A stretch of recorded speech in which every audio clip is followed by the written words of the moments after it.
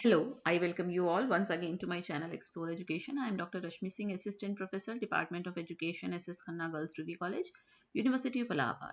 And this time I am going to discuss with you research hypothesis. What is research hypothesis? What are the sources of research hypothesis? What are the types of research hypothesis? And what are the functions? यानी कि अनुसंधान परिकल्पना क्या है, इसके स्रोत क्या हैं, कितने प्रकार की हो सकती है और इसके कार्य क्या हैं। तो परिकल्पना पे पहले भी हम लोग ने बात की है कि ये हाइपोथीसिस है। हाइपो मीन्स लेस देन, यानी कि ये लेस देन थीसिस है, ये एक इंटेलेक्चुअल हंच है। ये सारी बातें हमने पहले भी की हैं। तो as soon as a research question is formulated, it makes the hypothesis formulation imperative since it is a tentative solution or an intelligent guess about a research question under study, है ना।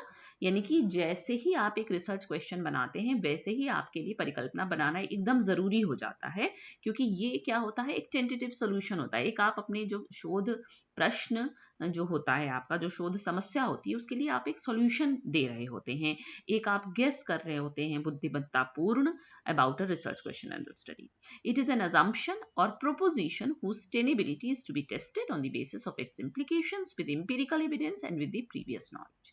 ये एक प्राकथन होता है, एक एजम्पशन होता है जो हम लेकर चलते हैं और हम ड्यूरिंग द रिसर्च प्रोसेस इसको टेस्ट करते हैं एम्पिरिकल एविडेंस से, आपके स्टैटिस्टिकल डेटा से, स्टैटिस्टिकल टेस्ट से, और तब हमको या उसको टेस्ट करते हैं कि जो हमने ये हंच दिया, जो हमने ये गेस दिया, जिस हम प्रोपोजिशन की बात करें वो कितना सही या गलत है।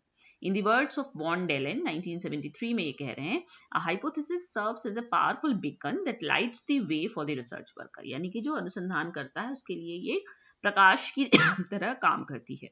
Hypothesis is an assumption or proposition, अच्छा ये लाइन फिर से आ गई है ना, यही लाइन तो ऊपर भी लिखी है, whose testability is to be tested on the basis of the compatibility of its implications। ठीक है, ये मॉली ने 1963 में कहा। और it is also a declarative statement in which the investigator makes a prediction or a conjecture about the outcome of the relationship। एक तरीके से हम घोषणा करते हैं, ये हमारा उद्घोष होता है और उसी को इन्वेस्टिगेटर चेक करने का प्रयास करता है, टेस्ट करता है during the research process. Okay, then sources क्या है इसके, कैसे परिकल्पना का निर्माण होता है, कौन से स्रोत हैं। तो the value of research is determined by the results या conclusions arrived at after testing the hypothesis, यानी कि जब हम परिकल्पना का परीक्षण कर लेते हैं उसके बाद ही हम परिणाम पे निकलते हैं। तो it requires a researcher to be speculative, imaginative, having good knowledge, deep insight and an analytical mind. यानी कि परिकल्पना निर्माण के समय या परिकल्पना कैसे बनाएगा रिसर्चर, उसको स्पेक्युलेटिव होना चाहिए, उसको कल्पनाशील होना चाहिए, उसको बढ़िया नॉलेज होनी चाहिए, वो उसके पास बढ़िया अंतर्दृष्टि होनी चाहिए, एक विश्लेषणात्मक दिमाग होना चाहिए, तब वो परिकल्पना का निर्माण कर पाएगा अपना रिव्यू करके भी। The sources that are available with researcher for deriving attainable hypothesis are as follows। तो resources कौन कौन से होते हैं रिसर्चर के पास?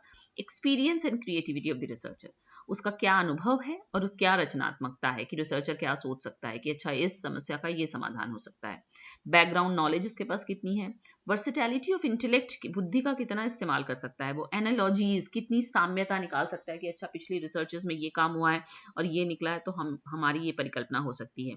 साइंटिफिक थेरीज का उसको कितना ज्ञान है और ऑथेंटिक नॉलेज कितनी है उसके पास, यानी कि मोर और लेस उसका अपना नॉलेज, बैकग्राउंड नॉलेज सफिशिएंट, उसका साइंटिफिक थेरीज, कितना उसने लिटरेचर पढ़ रखा है, कितना वो बुद्धि का इस्तेमाल कर रहा है, कितनी उसके पास क्रिएटिविटी है। इन्हीं सबसे मिलाकर परिकल्पना का निर्माण होता है। देन टाइप्स, देखिए आप लिटरेचर सर्च करेंगे, गूगल सर्च करेंगे तो बहुत तरीके के टाइप आपको निकल आएंगे, बट मेनली जिनसे हमारा सरोकार होता है वो डायरेक्शनल और नॉन डायरेक्शनल, यानी कि परिकल्पना या तो हमको दिशा देती है या दिशा नहीं देती है। जैसे research hypothesis must be stated in A testable form for its proper evaluation, हमको उसको एक परीक्षण योग्य दशा में लिखना पड़ता है जिससे कि हम उसका इवेल्युएशन या मूल्यांकन कर सकें। This form should indicate a relationship between the variables, है ना, जो भी हम चर लेकर अनुसंधान कर रहे होते हैं उनके बीच में यह सह संबंध बताता है, किस रूप में, सॉरी, क्लियर, कंसाइज और अंडरस्टेबल लैंग्वेज में, यानी कि भाषा ऐसी हो जो स्पष्ट हो, संक्षिप्त हो और समझी जा सके। Research hypothesis are as being directional और नॉन डायरेक्शनल, इसी लिहाज से ये दिशा दिखाती हैं और नहीं दिखाती हैं दिशा। जैसे The hypotheses which stipulate the direction of the expected differences or relationships are termed as directional hypothesis. वो परिकल्पनाएं जो विभिन्न चरों के बीच में दिशा बताती हैं. जैसे कैसे बताएंगी? There is positive relationship between the academic achievement and study habit of students. जैसे मान लीजिए हम ये परिकल्पना बनाएं कि विद्यार्थियों की स्टडी हैबिट और उनके जो एकेडमिक अचीवमेंट होता है उसमें धनात्मक सहसंबंध होता है. इसका मतलब हम दिशा बता रहे हैं कि हाँ प्लस में है संबंध, है ना. It is a directional hypothesis. This hypothesis stipulates, ये तो बता ही रहा है कि संबंध है और ये भी बता रहा है कि धनात्मक है. और a research hypothesis which does not specify the direction of expected differences, और एक ऐसी परिकल्पना का भी निर्माण किया जा सकता है जो कि अंतर की दिशा ना बताए, उसको नॉन डायरेक्शनल कहेंगे. जैसे for example, there is a difference in the academic achievement of BEd students enrolled in open and conventional universities. वो कह रहे हैं कि हम ये परिकल्पना बनाएं कि बीएड स्टूडेंट्स जो ओपन यूनिवर्सिटी में एनरोल होते हैं और कन्वेंशनल यूनिवर्सिटी में एनरोल होते हैं, उनके एकेडमिक अचीवमेंट में अंतर होता है. हम सिर्फ ये बता रहे हैं अंतर होता है, ये नहीं बता रहे हैं धनात्मक होता है कि ऋणात्मक होता है. इसका मतलब ये हाइपोथेसिस हमको कोई दिशा नहीं दे रही है, जबकि पॉजिटिव रिलेशनशिप वाली जहां बात है वहां पे वो डायरेक्शन दे रही है. ऑल्दो यहाँ पे although the hypothesis stipulate that there is a difference, ये बता रही है कि अंतर है in the academic achievement, the direction of the difference is not specified, लेकिन अंतर की दिशा नहीं बताई गई है. तो ये डायरेक्शनल और नॉन डायरेक्शनल हो गया. और क्या हुआ इसमें? और हाइपोथेसिस आपके हो सकती है डिक्लेरेटिव, नल या क्वेश्चन फॉर्म में.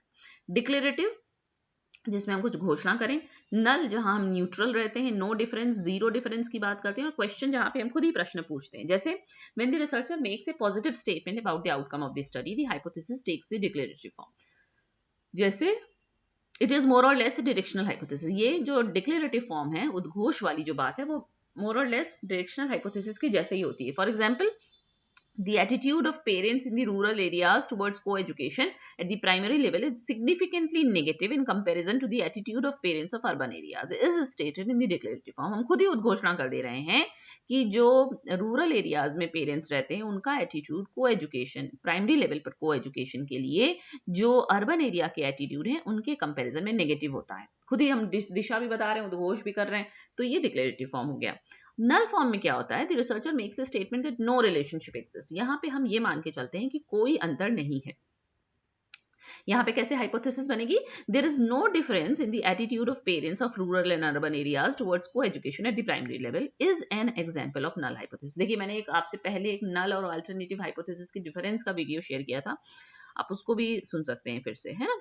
तो वहां पे नल हाइपोथेसिस को मतलब विस्तार से लिया गया है. तो यहाँ पे जब हम कह रहे हैं कि रूरल और अर्बन एरियाज के पेरेंट्स का attitude primary education, primary level पर को एजुकेशन को लेकर उनमें कोई अंतर नहीं है, तो ये नल फॉर्म हो गया हाइपोथेसिस का.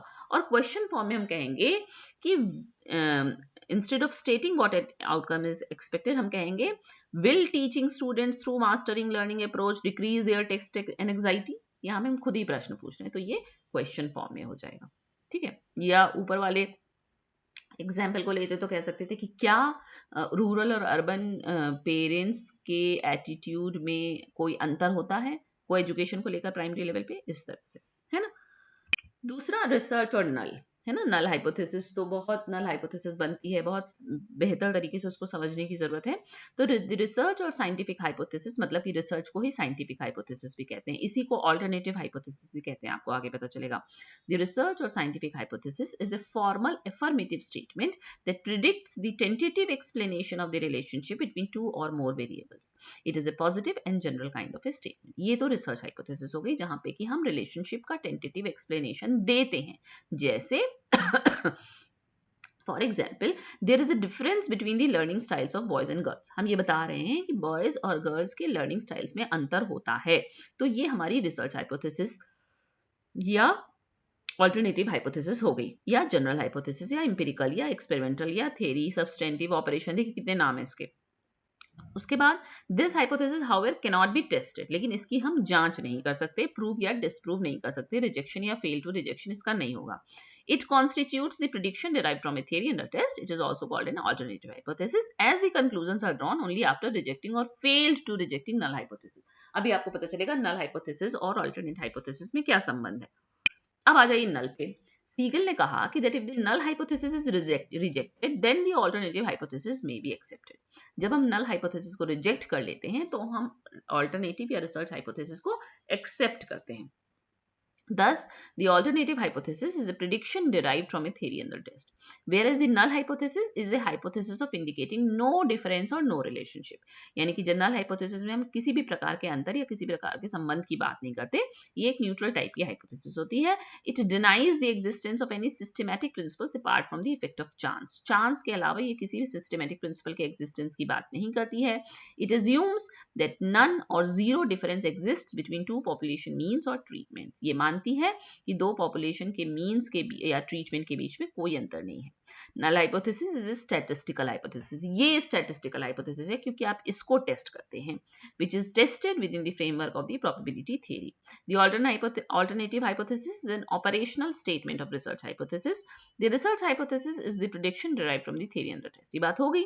फिर by rejecting or failed to rejecting null hypothesis, one arrives at the conclusion about the research hypothesis. यानी कि रिसर्च या ऑल्टरनेटिव हाइपोथेसिस के बारे में कंक्लूजन कब निकलेगा? जब नल हाइपोथेसिस को या तो हम रिजेक्ट कर दें. अगर हमने नल हाइपोथेसिस को रिजेक्ट कर दिया, इसका मतलब ऑल्टरनेटिव हाइपोथेसिस अपने आप एक्सेप्ट हो जाएगी. लेकिन अगर हम नल हाइपोथेसिस को हम फेल हो गए उसको रिजेक्ट करने को, यानी कि हमको नल हाइपोथेसिस को ही एक्सेप्ट करना पड़ा, तो अल्टरनेटिव हाइपोथेसिस की बात ही नहीं है.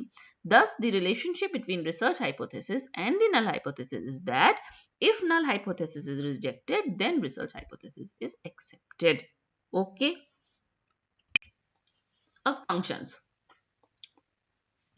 क्यों बना रहे हैं हाइपोथेसिस के, क्या काम है? तो बहुत सारे काम है, बहुत सारे जरूरी काम है इसके. जैसे आप रिसर्च में फोकस पे रहते हैं, एकदम फोकस रहता है आपका हाइपोथेसिस के की वजह से. ये आपको डायरेक्शन देती है, आपके गोल सेट करती है, फैक्ट्स के बीच में लिंकेज बताती है, इन्वेस्टिगेशन को गाइड करती है, हमारी स्टडी को डीलिमिट करती है कि हमको इस और इस चर के बीच में, जैसे एकेडमिक अचीवमेंट और स्टडी हैबिट ही देखना है, इधर उधर नहीं जाना है.